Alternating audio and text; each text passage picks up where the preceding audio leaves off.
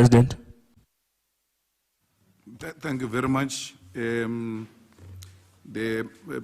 Hillary matter, I think, is now progressing very well. There's been a court decision which assembled a very well-resourced and specialized team, which has led to the other arrest where the suspect, who appears to be a serial rapist, confessed to the murder. And we are involved. We are actually the ones that have led these people to the arrest of these ones. The last one who was arrested, his name is Biggie. It's a Nigerian in Nelspruit. He knew Hillary very well, and this person who confessed to murdering Hillary went to sell the laptop and the cell phone to Biggie. And Biggie, when he opened the laptop, found Hillary's names and then returned the laptop and the gadgets back to this suspect. But Biggie's problem is that he never alerted the police about that. And when this guy confessed to murdering Hillary, he said, I sold the gadgets to Biggie. And Biggie has since confirmed that he has indeed received those things, but he returned them when he saw Hillary's names. And what is so disturbing is that Biggie was at Hillary's home, was at Hillary's funeral, and everywhere else, but he never shared this information with the police that someone who looks like this came to sell these things to me, and so on.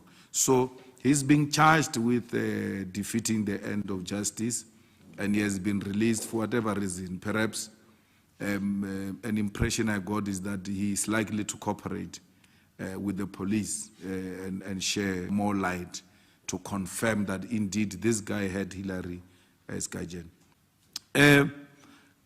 My sister, war on women, what are you doing at MacG? It's like asking a pastor, what are you doing?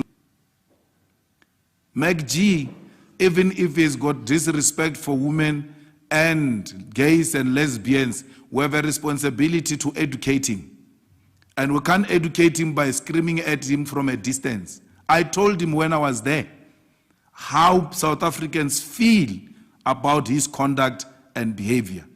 So I'm not going to sit away as a pastor from prisons, because when I go to pray for murderers in prison and rapists, I will be told, yeah, by going there, you are also encouraging what you are saying you are standing against.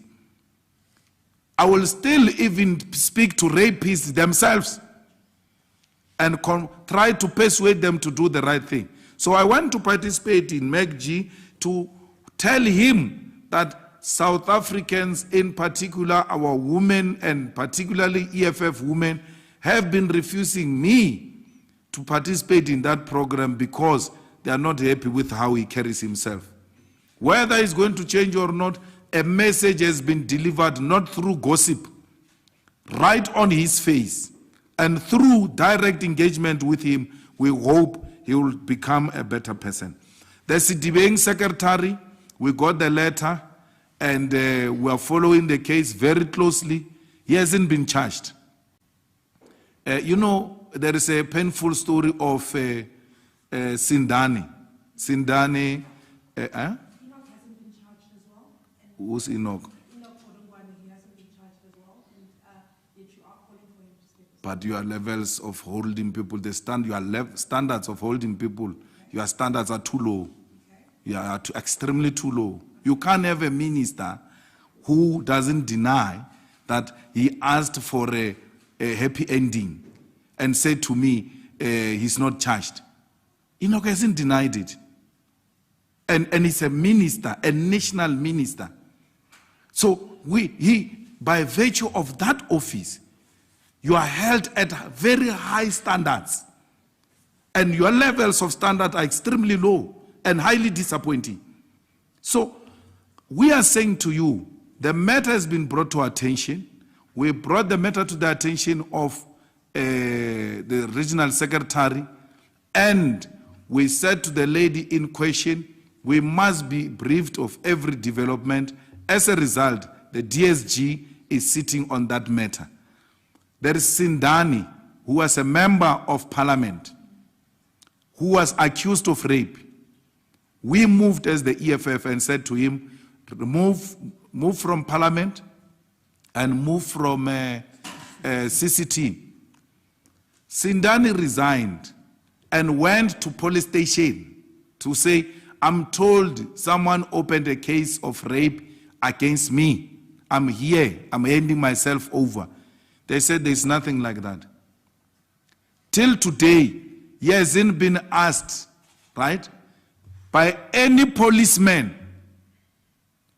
about this matter of rape. It's how many months now? 8 months. It's 8 months now. Now we say, okay, let's leave Sindani. Our DSG deals with a GBV. She's heading GBV desk. Then she calls the victim. That's her job. We need to come see you. We need to arrange counseling for you. They make appointments more than 3 times DSG. She doesn't pitch up. The last conversation, the victim tells the DSG, my family said I must no longer talk to you, and therefore you must stop calling me. Then the DSG says, that's fine. Give us the contacts of the investigating officer, so that as the EFF, we work with the investigating officer to make sure that this matter find its a final conclusion. She said, no, I can't give you the numbers of the investigating officer. The guy is at home. The victim is refusing to speak to us.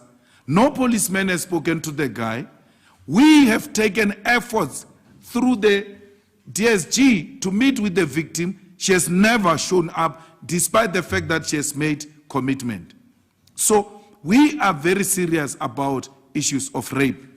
But that comrade equally has got a right to be heard.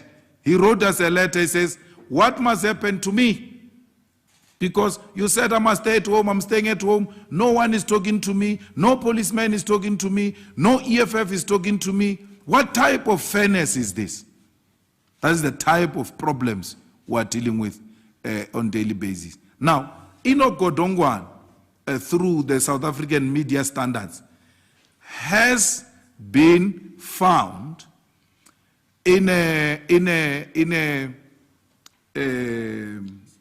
massage with a lady and asked for a happy ending, forced this lady to touch him in an inappropriate manner, to a point where this lady ran out of the massage room, and she opened a case.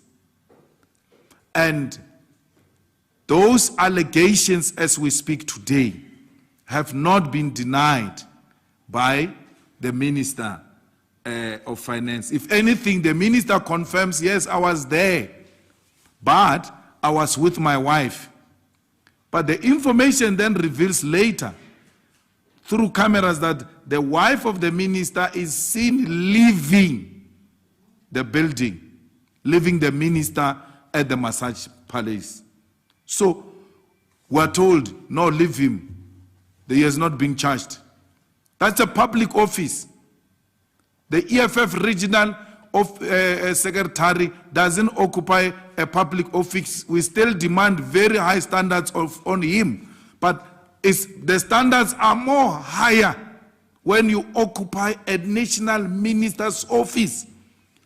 And because you have not been charged without, even when we have not denied the allegation, no, he must not leave the office. And that comes from women who say, no, he's not charged. Even if he has not denied the allegation, he must be treated like your regional secretary.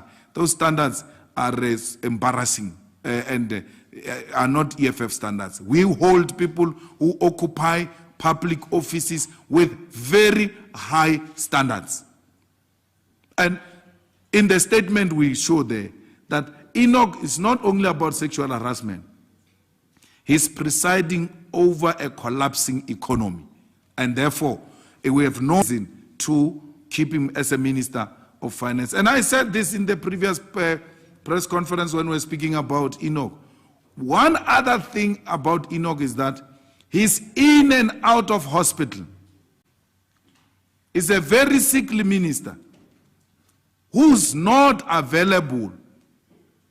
And I don't understand why he insists on wanting to be a minister of finance despite the fact that he knows that his health condition is not in good condition and good for such a serious ministry that is highly, highly involved, which requires young and energetic visionary ministers who are in good health.